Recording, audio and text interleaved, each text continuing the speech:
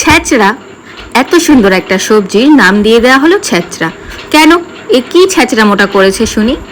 যাই হোক, যাদের এই ছ্যাঁচড়া খেতে খুব ভালো লাগে, আজকের ভিডিওটা তার। প্রথমেই মাছের মাথাটাকে নুন হলুদ লাগিয়ে ভালো করে ম্যারিনেট করে, তারপরে কড়াই গরম হলে পরিমাণ মতন তেল দিয়ে মাথাটাকে ভালো করে ভেজে তুলে রাখবো। ওই তেলেই সব সবজিগুলোকে এবার একে একে ভেজে নেব। প্রথমেই আলু আর পটলকে একসাথে ভালো করে ভেজে নিলাম। এতে দিয়ে দিলাম একটু সামান্য নুন আর হলুদ।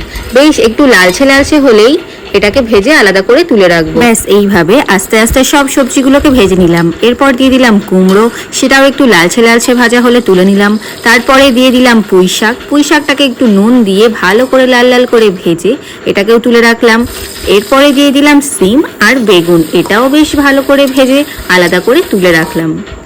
সব সবজি ভাজা শেষ। এবার কড়াইতে তেল দিয়ে দুটো শুকনো লঙ্কা আর 5 ফোড়ন দিয়ে সামান্য নাড়ি চাড়িয়ে তাতে দিয়ে দিলাম পেঁয়াজ কুচি।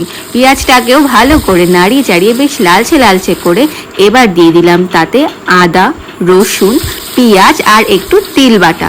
সেটাকেও ভালো করে নাড়িয়ে চাড়িয়ে দিয়ে দিলাম নুন, হলুদ, লঙ্কার গুঁড়ো আর জিরে। আবারও বেশ কিছুক্ষণ মশলাটাকে নাড়ি চাড়িয়ে নিলাম। এবার মশলা থেকে আস্তে আস্তে তেল ছেড়ে দিলে তাতে এক এক করে ভেজে রাখা সব সবজিগুলোকে দিয়ে দিলাম। এরপর মশলার সাথে সব সবজিগুলোকে বেশ খানিকক্ষণ ধরে ভালো করে মিশিয়ে নিলাম। মিশিয়ে নেওয়া হয়ে গেলে এবার এতে দিয়ে দিলাম কিছুটা গরম জল। জল একটু ফুটতে শুরু করলে তাতে দিয়ে দিলাম ভেজে রাখা মাছের মাথা। এবার ভালো করে নাড়ি চাড়িয়ে দিয়ে দিলাম সামান্য চিনি, এটা স্বাদ অনুসারে। আবারও ভালো করে সবকিছুর সাথে মিশিয়ে নিয়ে এবার দিয়ে দিলাম সামান্য পরিমাণে ঘি। নাও, তোমাদের ছ্যাঁচড়া রেডি। কেমন হয়েছে অবশ্যই জানিও, আর প্লিজ একটা লাইক করে যেও।